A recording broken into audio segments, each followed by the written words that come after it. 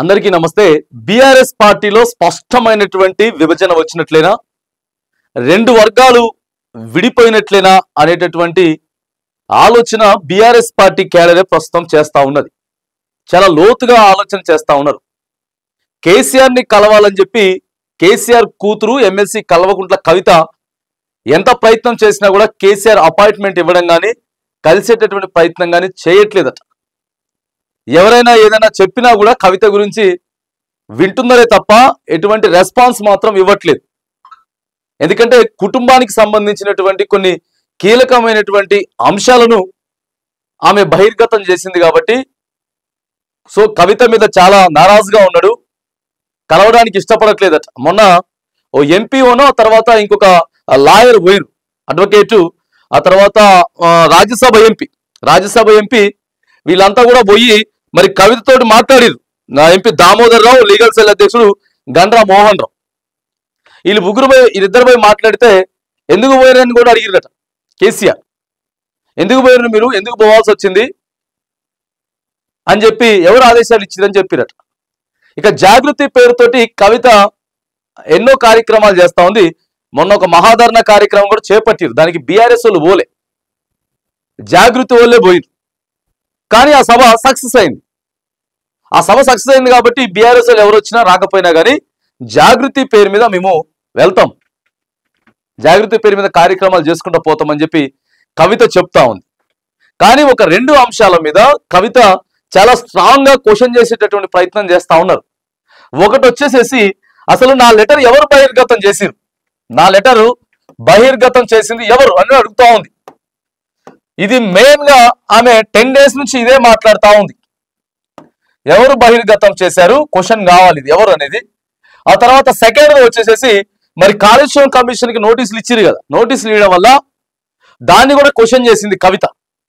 Kaleshwaram commission నోటీసులు mega Krishna Reddy కూడా ఇవ్వాలి, కేసీఆర్కి ఎట్లా ఇస్తాడు, కేసీఆరే నాకు మొత్తం గురువు, రాజకీయ గురువు, నేను ఆయన కింద కార్యకర్తనని చెప్పి ప్రయత్నం కూడా చేసింది. సో ప్రధానంగా ఎందుకు మెగా కృష్ణారెడ్డికి ఎందుకు నోటీసులు పంపట్లేదు, కేసీఆర్ కి ఎందుకు నోటీసులు పంపించారు అనేటటువంటి అంశం మీద కూడా చాలా ఇదిగా మాట్లాడుకుంటూ వస్తా ఉన్నదాం. మెగా కృష్ణారెడ్డికి నోటీసులు ఇవ్వాలి, ఎందుకు కేసీఆర్ కి ఇచ్చేటటువంటి వీటి మీద కాళేశ్వరం ప్రాజెక్టు విషయంలో చాలా గట్టిగా మాట్లాడుతూ ఉంది. కేసీఆర్ కి నా రాజకీయ గురువు అయినే చెప్తాడు, కానీ ఇక ఆయన పిలుస్తాడేమో అని కూడా వెయిట్ చేస్తుందట. ఆయన పిలుస్తాడేమో, ఇప్పటికీ ఒక 10 రోజులు అయిపోయింది, లేకపోతే ఫామ్ హౌస్కి పిలిపించుకుంటారా లేకపోతే ఇంకెక్కడికైనా పిలిపించుకుని మాట్లాడతారా అంటే కానీ ఎటువంటి రెస్పాన్స్ లేదు. జరిగేటటువంటి నేపథ్యం ఇవన్నీ జరుగుతూ ఉన్నాయి. ఇప్పుడు కొంత అటు ఇటు అవుతా ఉన్నది, కుటుంబ విషయాలన్నీ కూడా బయట పడతా ఉన్నాయి, ఆమె అంతర్గత విషయాలన్నీ కూడా బయట పెడతా ఉంది. ఈ నేపథ్యంలో కేసీఆర్ పిలిచి మాట్లాడాలనుకుంటే వెళ్ళడానికి కవిత సిద్ధంగా ఉందట. సో కొంత బీఆర్ఎస్ పార్టీ వర్గాల నుంచి అటు కేసీఆర్ వెంట ఉండే వాళ్ళు కానీ లేకపోతే ఇటు కవిత వెంట వాళ్ళు ఉండే కానీ చెప్తున్నటువంటి మాటలు ఇవన్నీ. విశ్వసనీయ సమాచారం ఏంటిదంటే అసలు కేసీఆర్ సముఖంగా లేడు, కలవాలని చెప్పి కవిత చూస్తుంది కానీ చాలా సీరియస్గా ఉండట. ఇంకా నన్ను కలవడం కుదరదు, ఎందుకంటే కేసీఆర్ అనేటటువంటి వ్యక్తి ఒక్కసారిగా వాళ్ళని వద్దు అనుకున్నాడంటే చరిత్రలో కేసీఆర్ రాజకీయ చరిత్ర మొత్తం కూడా చూసుకుంటే ఇక వాళ్ళ వైపు చూడడం కానీ వాళ్ళ పేరు ఎత్తడం కానీ వాళ్ళ గురించి మాట్లాడడం కానీ ఇవి ఏం చేయడు. సో ఇప్పుడు కవిత విషయం కూడా అట్లనే ఉన్నది. ఇక కవిత గురించి మాట్లాడాల్సిన అవసరం అయితే కేసీఆర్కి అయితే లేదు. అసలు ఆయన మాట్లాడు, కవిత మీద చాలా సీరియస్గా ఉన్నాడు. కవిత కలవాలని చూస్తుంది కానీ కేసీఆర్ మాత్రానికి కలవడానికి ఇష్టపడట్లేదు.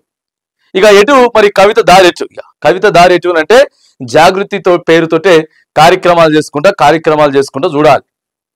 ఇక కేసీఆర్ మరి ఏమన్నా ఫైనల్ గా ఏమన్నా మాట్లాడతాడా లేకపోతే లేదా, కేటీఆర్ ఆడికెళ్ళి వచ్చిన తర్వాత విదేశీ నుంచి ఏమన్నా మాట్లాడతాడా లేదా అనేది మాత్రానికి బీఆర్ఎస్ పార్టీలో గట్టిగా చర్చ జరుగుతూ ఉంది. ఇక వర్గ విభేదాలు అయితే వచ్చినాయి, రెండుగా చీలికలు రాబోతా ఉన్నాయి. చాలా సీరియస్ గా ఉన్నాడు కవిత మీద. ఇక ఆమె కలవాల్సిన అవసరం లేదు, ఆమెతో మాట్లాడాల్సిన అవసరం లేదు అని చెప్పేసి కూడా మరి కేసీఆర్ చెప్తున్నట్లయితే మనకి సమాచారం అందుతా ఉంది.